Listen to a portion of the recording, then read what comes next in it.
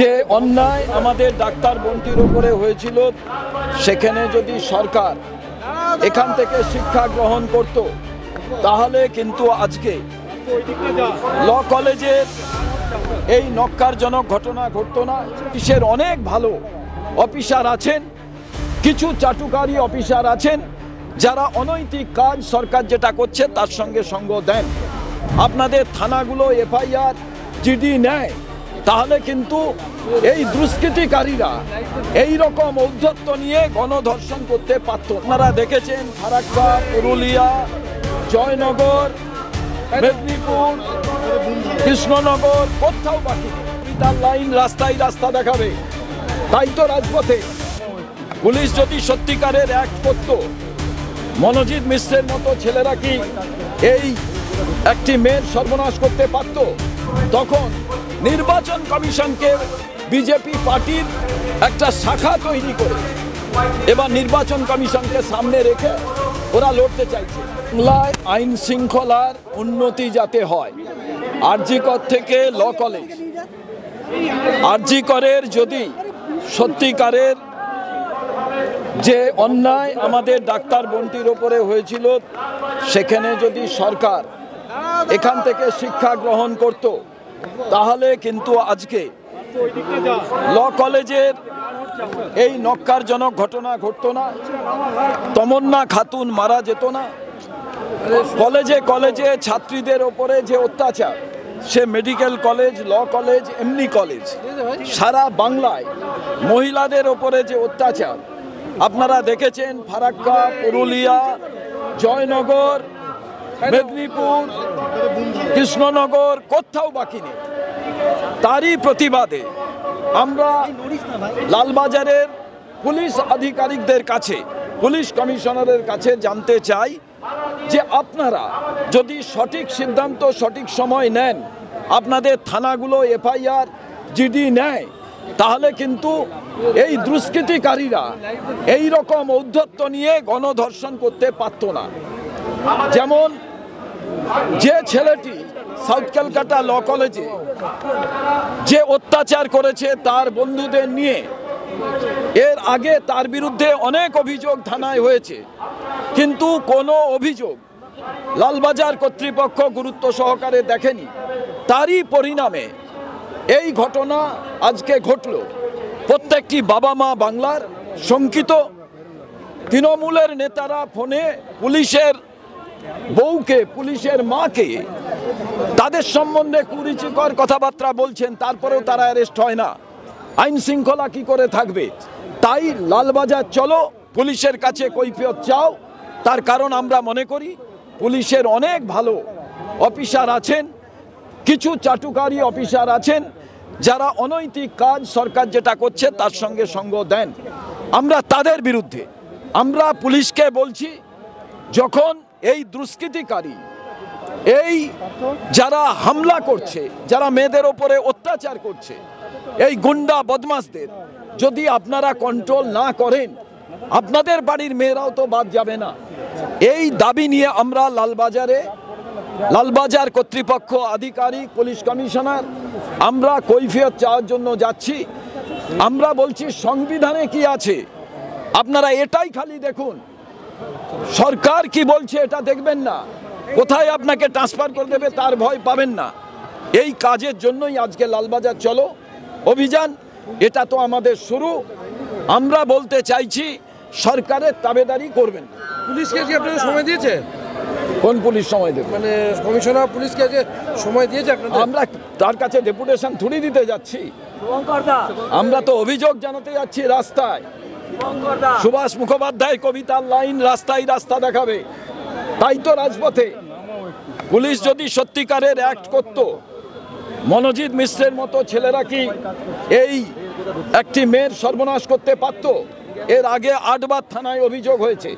কালীঘাট থানায় একটি ছেলে, তাকে মারধর করেছিল, অভিযোগ করেছিল, কিছু ব্যবস্থা হয়নি। আরজি কর থেকে সরকার শিক্ষা নেয়নি। আরজি করের মা বাবার কাছে কালকে আমরা গেছিলাম, তারা আমাদের বলেছিলেন আসবেন, কিন্তু লয়ারের সঙ্গে টাইম আছে বলে তারা আসতে পারেননি, শেষ মুহূর্তে জানিয়েছেন। আমরা জানতে চাইছি আরজি করের যে বোনটি খুন হলো, বিচারক রায় দিয়েছেন লালসার কারণে খুন না লালসাকে সামনে রেখে? এর পেছনে কোনো সংগঠিত অপরাধকে লোকাবার জন্য এই খুন আজও পর্যন্ত বাংলার মানুষ জানতে পারল না কেন।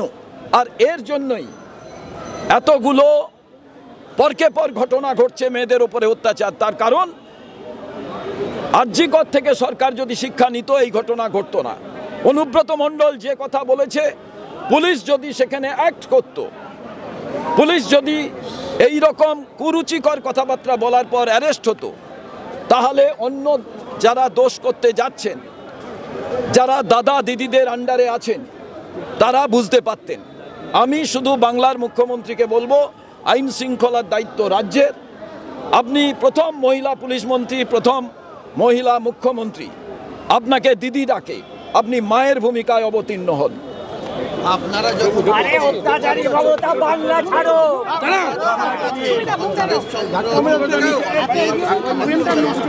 চিঠি দিয়েছেন গভর্নিং বডিতে যারা সরকারি তারাই এই সমস্ত ছাত্রদের, আমি একটা কথা বলি, আজকে শুনে নিন। আমি 8 বছর ছাত্র পরিষদের সভাপতি ছিলাম সর্ববৃহৎ ছাত্র সংগঠনে। আমি সর্বভারতীয় ছাত্র সংগঠনের সাধারণ সম্পাদক ছিলাম। একেবারে অন্যায়, যতগুলো কলেজে গভর্নিং বডি আছে ভেঙে দেওয়া দরকার। শুধু একাডেমিশিয়ান যারা শিক্ষার সঙ্গে যুক্ত, সেটা তৃণমূলের লোক হোক, আমার আপত্তি নেই, কিন্তু যারা শিক্ষা নিয়ে আলোচনা করেন, শুধু রাজনীতি করেন বলে শিক্ষা রাঙিনায় যাতে না বসানো হয়। পশ্চিম বাংলার শিক্ষা ক্ষেত্রটা জেলে, শিক্ষামন্ত্রী জেলে, তারপরেও যদি রাজ্য সরকার শিক্ষা না নেন, শুধু ছাত্র রাজনীতি করেছে বলে গভর্নিং বডির মেম্বার হবেন আর নির্বাচন হয় না। আমি রাজ্যপালকে চিঠি দিয়েছি, আপনারা জানেন যে নির্বাচন হয় না। নির্বাচন ইউনিয়ন রুম কিসের, কি জন্য ইউনিয়ন রুম চলে? এমএলএ এমপি যারা কলেজে, তারা ইনভাইটই থাকবেন, তাদের ফান্ড থেকে বিধানসভার ভেতরে গিয়ে কলেজের সমস্যা নিয়ে বলবেন। আর যে বিধায়ক, বিধায়িকা কিংবা এমপি যারা আছেন, যারা সত্যি এডুকেশনিস্ট, তারা থাকুন। বাকি সব বিধায়ক হয়েছি বলেই কলেজের মেম্বার হতে হবে? আমি শিক্ষার কিছু জানি না। এই ঘটনা যাতে না ঘটে, এই দাবিও আমরা আজকের এই মিছিল থেকে আমাদের মূল বিষয়বস্তু হচ্ছে, পুলিশ তুমি কাজ করো, বাংলার মানুষকে রক্ষা করো।